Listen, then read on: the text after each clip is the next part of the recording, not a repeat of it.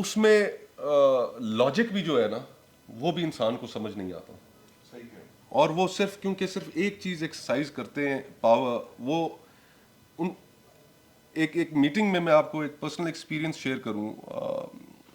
General سرفراز وہاں پر آئی جی F C تھے بلوچستان میں, ایک واقعہ ہوا اس پر میں ہیومن رائٹس کمیٹی کا چیئرمین تھا, ہم نے انہیں بلایا, وہ آئے, اور وہاں پر میٹنگ کے دوران ہماری ایک سینیٹر تھیں پیپلز پارٹی کی, سینیٹر کیشور لال ان کا, اور انہوں نے ایک بڑی اتنی معصومیت سے ایک خوبصورت انہوں نے بات کی کہ, اور وہ مجھے بہت ایٹ لیسٹ پروفاؤنڈ لگی, اور وہ ان کو مخاطب ہوئیں اور انہوں نے کہا کہ ہمیں دکھ ہوتا ہے جب لوگ آپ کے بارے میں باتیں کرتے ہیں, آپ ہمارے ہیں اپنے ہی. ان کو بھی اب یہ سمجھنا چاہیے کہ ہم اس اسٹیٹ میں مزید سروائیو نہیں کر سکتے. 23.5 کروڑ لوگوں کے لیے یہ کل 30 کروڑ ہوں گے, 40 کروڑ ہوں گے. ہیلتھ کا نظام تیار کرنا ہے, تعلیم کا نظام تیار کرنا ہے, کچھ بھی نہیں ہے یہاں پر. لوگ بھاگ رہے ہیں اس ملک سے. ہمیں لٹرلی احساس ہوتا ہے کہ they speak in language of you and we. Yes yes yes. تو ان کو اب یہ احساس کرنا پڑے گا کہ ہم, یہ ملک ہے تو ہم سب کی بہاریں اس کے ساتھ لگی ہوئی ہیں. اچھا, بات میرا خیال ہے ان کے احساس سے آگے چلے گی. اگر صرف ان کے احساس کرنا کی بات ہوتی تو باقی ساری پارٹیز بھی یہی چاہتی ہیں وہ احساس کریں, وہ احساس نہیں کر رہے. آپ نے, شاہد خاقان عباسی صاحب نے, کچھ لوگوں نے سوچا کہ ہمیں کچھ نیا آگے چلنا چاہیے. پرابلی آپ کی یہ مومنٹ جو ہے ایک نئی پارٹی کی صورت میں سامنے آ جائے کسی وقت پہ مستقبل قریب میں. مستقبل قریب میں جب آپ ایک پارٹی بنا لیں گے تو کیا آپ کا مینیفیسٹو ہوگا, یا کیا نئی چیز لے کر آئیں گے کہ ہمیں عوام کو وہ ووٹ کا حق میں, ووٹ کو عزت دو, رول کے کس کے ہاتھ میں ہونا چاہیے, عوام کے ہاتھ میں ہونا چاہیے. یہ ساری باتیں ہیں جو ہم 70 سالوں سے سن رہے ہیں. ایون وہ پارٹیز جو یہ کلیم کرتی ہیں کہ ہم نے بڑی قربانیاں دی ہیں, ان کا ایک پرائم منسٹر پھانسی چڑھ گیا, ایک سڑک پہ مارا گیا, ایک وزیر اعظم کہتا ہے کہ مجھے بار بار اٹھا کے باہر پھینک دیتے ہیں, رسیوں سے باندھ کے, وہ ہتھکڑیاں لگا کے جہاز میں بٹھا کے باہر بھیج دیتے ہیں. لوگوں نے ان سب کی باتیں سن کے, ان کو فالو کر کے, ان کو ووٹ دے کر ان کو حکومت میں لا کے دیکھ لیا ہے. آپ ان حکومتوں کا حصہ رہے ہیں, مختلف پوزیشنز پر آپ نے کیا ہوا ہے. پھر وہ کیا نئی چیز ہوگی جو مجھے ایک عام آدمی کے طور پہ اپیل کرے کہ مصطفیٰ نواز کھوکھر اور شاہد خاقان عباسی جو نئی چیز بنانے جا رہے ہیں اس میں کچھ نیا ہوگا؟ کیا آپ کو اگر تو اسی طرح کی پولیٹیکل پارٹی بنانی ہے تو کیسے ہوگا, اور کون آپ کو الاؤ کرے گا؟ عمران خان صاحب نے 26 سالہ جدوجہد ود ان بریکٹس جو اگر ہم ان کو کریں انورٹیڈ کامرز میں, وہ فائنلی فیض صاحب اور پاشا صاحب اور پتہ نہیں کن کن کے فیض کے ساتھ اور وہ الیکٹیبلز کے ساتھ ہی آ کے وہ پارٹی بنی اور پھر وہیں پر پہنچ گئے. تو آپ وہ کیا نیا کرنا جا رہے ہیں؟ اگر تو یہی سیاسی نظام چلنا ہے جو ان پارٹیز کے ساتھ ہوا تو پھر کیا نئی چیز آئے گی اور ہمیں کیا فائدہ ہوگا؟ اچھا, یہ آپ نے کیسے فرض کر لیا کہ وہ صرف پارٹی ہی بنانے جا رہے ہیں؟ میں میری اس- بات میں پہ نے بھی تو question غور, کرا. میری بات پہ بھی غور ہو سکتا ہے, تھنک ٹینک بھی بن سکتا ہے.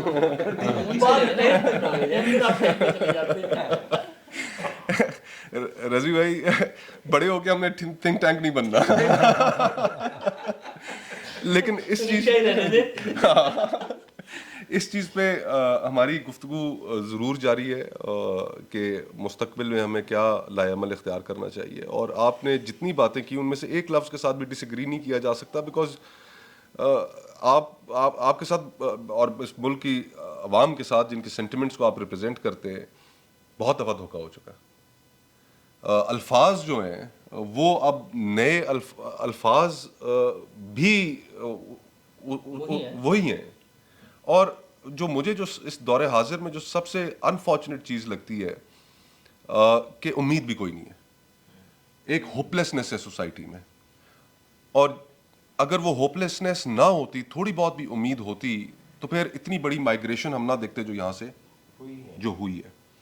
اور پھر اس کے اندر مزید ایک جو چیز ہوپلیسنس میرے اندر ایٹ لیسٹ مزید اس کو گہرا کرتی ہے, وہ یہ ہے کہ عمران خان صاحب نے نوجوانوں کے اوپر بہت فوکس رکھا ہے اپنی سیاست میں.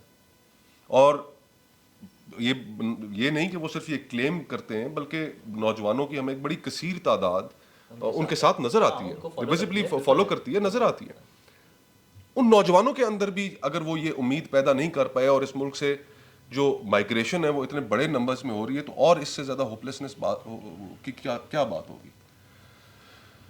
تو آئی فرینکلی کہ صرف ہمارے پاس تو ایک اویئرنیس دینے کے لیے اور ہر معاشرے میں جب بھی ایک کوئی تحریک ہوتی ہے یا گفتگو کا آغاز ہوتا ہے تو وہ الفاظ کے ذریعے کی جا سکتی ہے. ہمارے پاس تو صرف الفاظ ہیں اور احساسات ہیں کہ لوگوں کی توجہ دلائیں.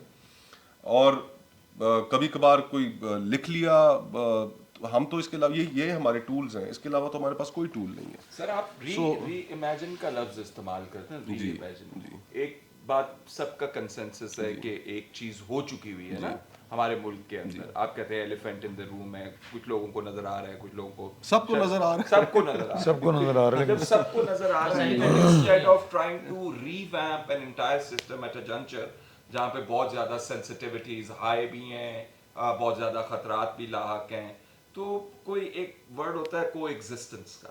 لیٹس سے کہ کوئی کو ایگزسٹنس کا کوئی فارمولا ہو, then we can you know take it forward from there. تو ریویمپ والا تو بہت ہی ایک بڑا ٹاسک ہے, جائگینٹک قسم کا, جو 75 سال سے ہوا ہے. اس کے اندر ریئلائزیشن بھی ہو سکتی ہے, اس کے اندر کوپریشن بھی ہو سکتا ہے, کافی ساری چیزیں ہو سکتی ہیں. Cooperation with whom? میرا خیال ہے یہ ود ایلیفنٹ. لیکن سر اچھا لیکن اس میں ایک اور چیز بھی جو ہے وہ ہمیں مد نظر رکھنی چاہیے. ٹروتھ اینڈ ریکنسیلیشن کی گفتگو عموماً ہمارے ہاں کی جاتی ہے, اور یہ بات ضرور ذہن میں رکھیے کہ کیا جن معاشروں میں ٹروتھ اینڈ ریکنسیلیشن ہوئی ہے وہاں پر انہوں نے ایک بہت بڑی ہیومن کاسٹ بھی پے کی ہے. تو پھر اس کا مطلب یہ ہوا کہ کیا ہم وہ اتنی بڑی ہیومن کاسٹ پے کر کے ہم نے تبھی گفتگو کرنی ہے؟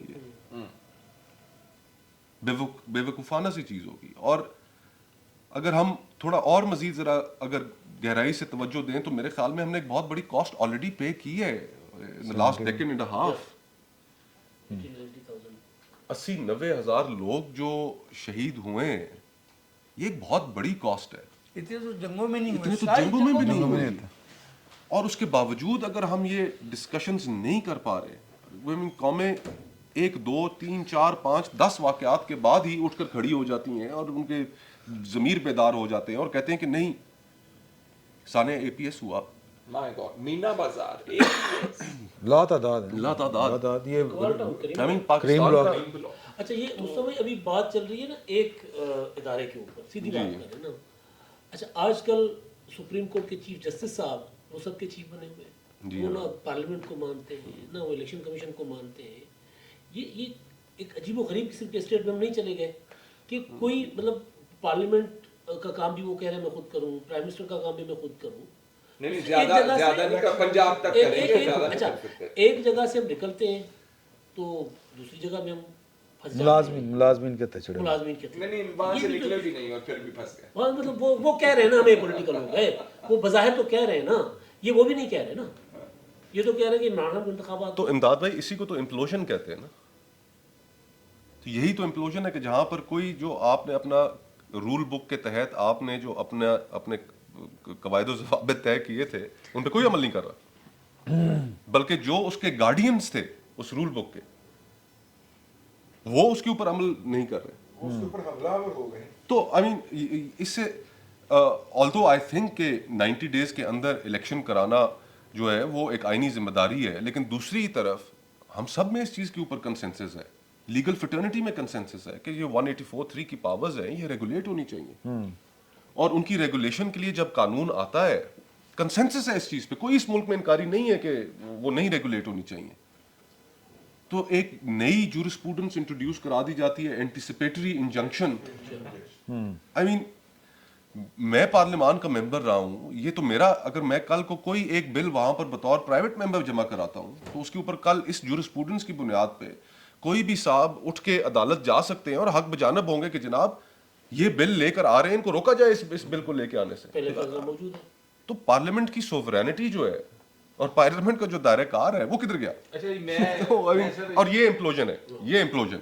میں آپ سے عرض کروں کہ میں تو سمرو صاحب اس بات سے اتفاق نہیں کرتا کہ ایک اور ادارہ بھی, ادارہ ایک کوئی ہے جو کرتا ہے, یہ ان کے اشاروں کے اوپر سارا کچھ ہوتا ہے. افتخار چودھری کی بحالی کی مہم جنرل کیانی کے کہنے پہ شروع ہوئی تھی, یہ بات کس کو نہیں پتا, سارے جانتے, بڑی لیٹ بات پتا چلی. ہاں نہیں سب کو پتا, اس وقت بھی پتا تھا بھائی,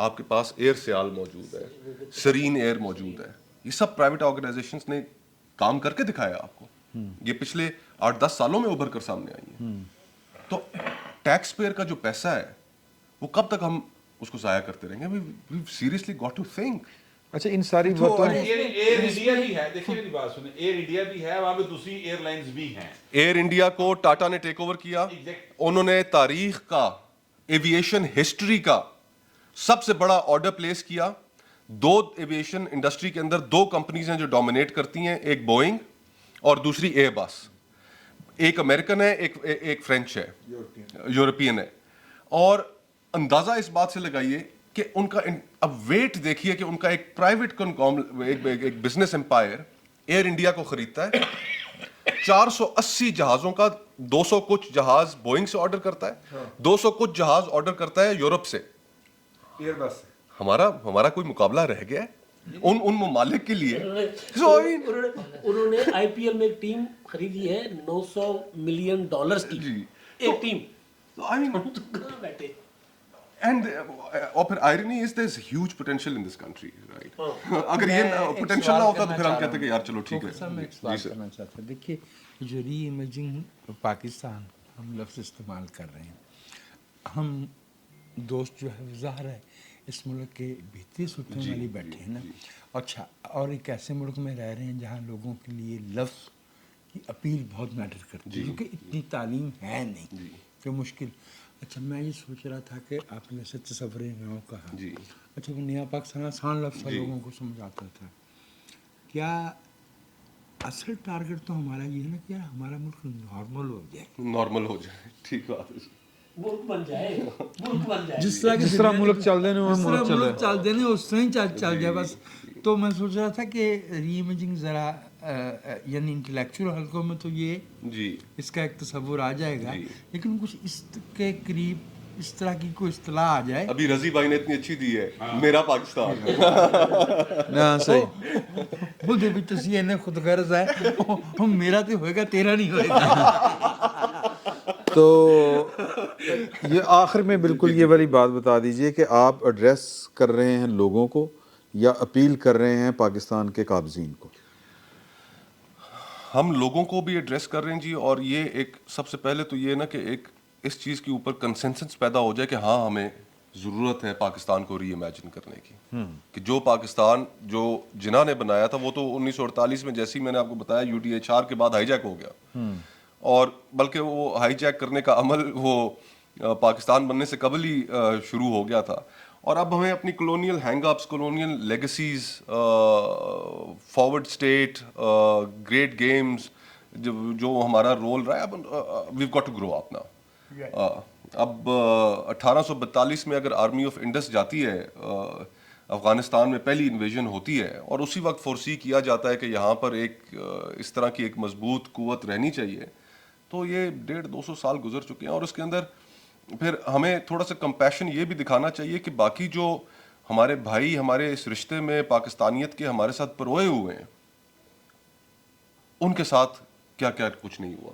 ایمپتھی ہونی چاہیے, کمپیشن ہونا چاہیے. کل ایک صاحب نے لفظ استعمال کر دیا ٹی وی پہ جی کہ سندھی ان پڑھ ہیں اس لیے پیپلز پارٹی کو ووٹ. یار ایک صوبے کو, ایک وفاقی اکائی کو اپن کہہ رہے ہیں. اور وجاد بھائی, ہم سب سے بڑے صوبے سے تعلق رکھنے والے لوگ ہیں. 12 کروڑ سے زائد ہماری شاید آبادی ہے. دنیا کے کئی ممالک میں سے بڑے ہمارا ہے صوبہ ہے. اور عثمان بزدار ہم پڑھے لکھوں یار رئیسانی اگر بلوچستان میں ہو سکتا ہے تو عثمان تو ہمیں میں یہ سمجھتا ہوں کہ اگر ہم اپنے پنجاب کے اندر اگر ہماری سوچ, پولیٹیکل شعور اگر اس لیول پر آ جائے جس لیول پر ہمارے دیگر صوبوں میں, تو یقین کریں پاکستان کو تبدیل ہونے سے کوئی نہیں روک سکتا. تو مطلب آپ بیسیکلی کہنا چاہ رہے ہیں کہ جاگ پنجابی جاگ پاکستان دی پگ نوں لگ گیا داغ. بہت حد تک جو دیکھیں, ہمیں ایک یہ ٹھیک بات نہیں ہے, لیکن ایک in even in balanced influence ہے پنجاب کا اوور پاکستان. ہمیں اس کو خود سے ایڈریس کرنا پڑے گا. جو یہ جو نوجوان ہیں جس طرح خیبر پختونخوا میں منظور پشتین وغیرہ نوجوان وہاں سے اٹھے ہیں, وہاں کے جو لوگوں کے پرابلمز ہیں, لاکھوں لوگ وہاں پر باہر نکل رہے ہیں کہ یہ اچانک واپس کہاں سے آ گئے یہ لوگ ہمارے درمیان جنہوں نے قتل و غارت کا بازار گرم کیا, اور ہم توجہ نہیں دے پا رہے اس پہ. I mean, we've got to listen to everyone. دیکھیے پنجاب کو اگر آپ انتظامی بنیاد کے اوپر جیسے سرائکی صوبے کی بات ہوتی ہے, ادھر سے اپر پنجاب کی بات ہوتی ہے, 3 حصوں میں تقسیم کرے چیزیں ٹھیک ہو جائیں گی. بالکل ٹھیک بات. تو ہمیں بہت سی کانورسیشنز کرنے کی ضرورت ہے, اور ابتدا ان کی پنجاب سے ہونی چاہیے, میں یہ سمجھتا ہوں. بالکل. اور لیکن اب ہمیں ساتھ ہی ساتھ یہ اتنا سینسیٹیو بھی ہونا چاہیے کہ اپنی رائے ہم کسی کے اوپر تھوپے نہیں. بالکل صحیح. ہمارے جو سرائکی بھائی ہیں وہ بلوچستانی اور سندھی, یہ تینوں میں ایسا خوبصورت اپنا ایک تاریخی سنرجی ہے کہ اس سے فیڈریشن مضبوط ہی ہوتی ہے, کمزور نہیں ہوتی. پنجاب کی بھی بڑی خوبصورتی ہے, اس کو بھی ذرا دھیان میں رکھیں. بات ٹھیک ہے. چلے تو بڑی بلے شاہ تھے اچھا بڑی ایتھے نسلی تعصب شروع ہونے لگا, تو میرا خیال ہے کہ بڑی پر مغز گفتگو ہوئی, اور جو یہاں پر خیالات ڈسکس ہوئے ان پر آپ کے جو خیالات ہیں وہ ہم سے ضرور شیئر کیجیے گا. فی الوقت اتنا ہی, بہت بہت شکریہ.